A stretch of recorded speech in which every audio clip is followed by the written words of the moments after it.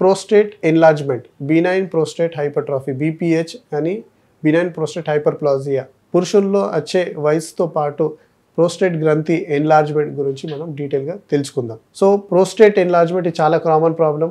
4 out of 5 of the men, అంటే మీరు 60 వరకు వయసులో వెళ్ళినప్పుడు ఆల్మోస్ట్ 5 నలుగురు అఫెక్ట్ అవుతారు. ఎందుకంటే ఈ వయసుతో వచ్చే గ్రోత్ చేంజెస్, దీన్ని క్యాన్సర్ కానీ గడ్డ కానీ మనం అనుకోలేము. నార్మల్, రేపు 60s కానీ 70s నేను వెళ్ళినప్పుడు నాకు కూడా అది అవ్వచ్చు. సో ఇది చాలా కామన్ ప్రాబ్లం, భయపడే అవసరం ఏం లేదు. క్యాన్సర్ కాదు. దీంతో వచ్చే ప్రాబ్లమ్స్ ఏంటంటే మీకు యూరిన్ మీరు కంప్లీట్గా పాస్ చేయలేరు, కొద్దిగా యూరిన్ లోపలనే ఉండిపోయినట్టు ఫీలింగ్ ఉంటుంది. సో మళ్ళీ మనం యూరిన్ టాయిలెట్ అయినా కానీ మళ్ళీ ఒకసారి మనం యూరిన్కి మళ్ళీ వెళ్ళాల్సే ఫీలింగ్ ఉంటుంది. యూరిన్ చేసినప్పుడు కూడా ఫ్రీగా యూరిన్ రాదు, అంటే యూజువల్లీ స్ట్రీమ్ కాళ్ళ దగ్గరనే డ్రాప్గా పడడం స్టార్ట్ అవుతుంది. పూర్ స్ట్రీమ్ ఉంటుంది, అంటే వీక్గా స్ట్రీమ్ ఉంటుంది. చాలా పేషెంట్స్కు ఈ యూరిన్ ఉండిపోయినందుకు వాళ్ళకు యూరిన్ ఇన్ఫెక్షన్స్ కానీ, ఫీవర్ కానీ, లేకుంటే యూరిన్లో మంట కానీ ఇలాంటి లక్షణాలు కూడా ఉంటాయి. సో బేసికల్లీ ఏంటంటే యూరిన్ పోయే పైప్ మీద ఈ ప్రోస్టేట్ గ్లాండ్స్ ఎన్లార్జ్ అయిన వయసుతో పాటు పెరిగినందుకు ఆ యూరిన్ పోయే పైప్ పైన ఒత్తిడి పడి ఆ యూరిన్ పైప్ ప్రెస్ అయిపోతుంది. సేమ్ లైక్ మన వాటర్ పైప్ మీద మీరు ఎప్పుడన్నా చేయితో నొక్కినాక కాలు పెట్టినా కానీ ఆ ప్రెషర్ ఎంత ఉండదు చూడండి, అలానే ఈ పేషెంట్ జరుగుతుంది. ఇందులో కూడా గ్రేడింగ్స్ వల్ల ఏమవుతుందంటే అర్లీ గ్రేడ్స్లో ఇలా సిమ్టమ్స్ ఉండొచ్చు. గ్రేడ్ ఎట్లా పెరుగుతూ ఉంటే సిమ్టమ్స్ కూడా అంతే సివియర్గా అయ్యి కొన్నిసార్లు కొందరు పేషెంట్స్కు యూరిన్ కంప్లీట్గా స్టాప్ అయ్యే అవకాశాలు ఉంది.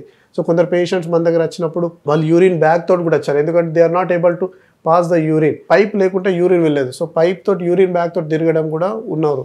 సో 7-8 months తోటి వాళ్ళు ఈ బాధతోటి బ్యాగ్ తోటి తిరగడం లైఫ్ ఉండదు.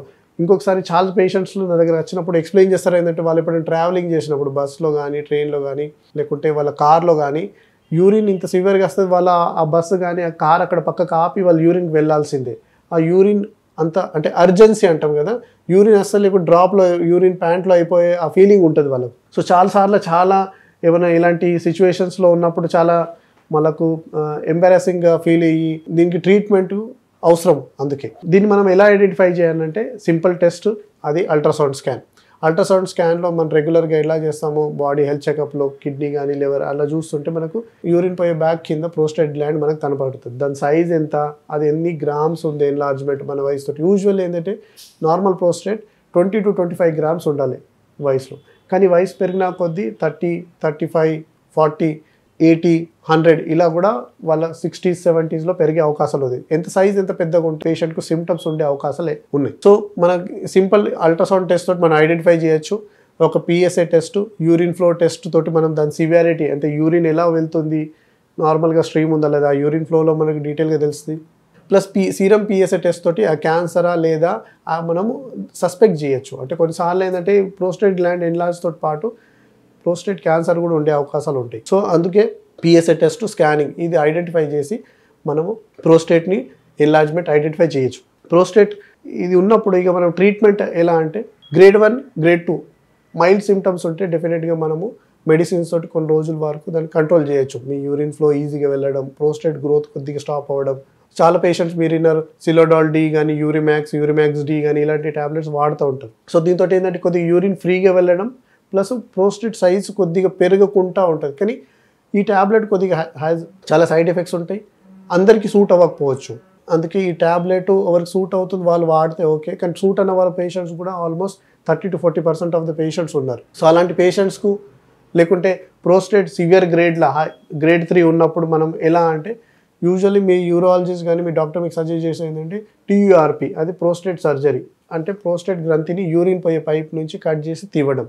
చేసుకున్న వాళ్ళకి అడగండి, చాలా పెయిన్ఫుల్, యూరిన్లో చాలా రోజుల వరకు బ్లడ్ రావడం కానీ, యూరిన్ పోయే పైప్ వేసి పెట్టడం కానీ ఇలా జరుగుతుంది. ఇంకొంత పేషెంట్స్ 6 months 1 year తర్వాత మళ్ళీ ప్రోస్టేట్ ఎన్లార్జ్మెంట్ అంటే మళ్ళీ ప్రోస్టేట్ గ్రోత్ అయ్యి అదే సిమ్టమ్స్ రిపీట్ అయ్యే అవకాశాలు కూడా ఉంటాయి. ప్రోస్టేట్ ఆర్టరీ ఎంబోలైజేషన్ ఇది ఒక అడ్వాన్స్ నాన్ సర్జికల్ ట్రీట్మెంట్. ఇందులో ఏం చేస్తామంటే చిన్న కాల్నరం నుంచి సేమ్ మనం సలైన్ ఎలా పెడతామో అలానే ప్రోస్టేట్ దాకా వెళ్ళి ప్రోస్టేట్ బ్లడ్ సప్లై ఐడెంటిఫై చేసి ప్రోస్టేట్ బ్లడ్ సప్లైని మనం స్టాప్ చేస్తాం. ప్రోస్టేట్ బ్లడ్ సప్లై స్టాప్ చేసిన తర్వాత, ఎందుకంటే ఆల్రెడీ ప్రోస్టేట్ గ్లాండ్ ఎన్లార్జ్ అయింది, దానికి ఎక్కువ బ్లడ్ కావాల్సింది, మనం స్టాప్ చేసిన తర్వాత ప్రోస్టేట్ బ్లడ్ దొరకక స్ట్రింక్ అయిపోతుంది.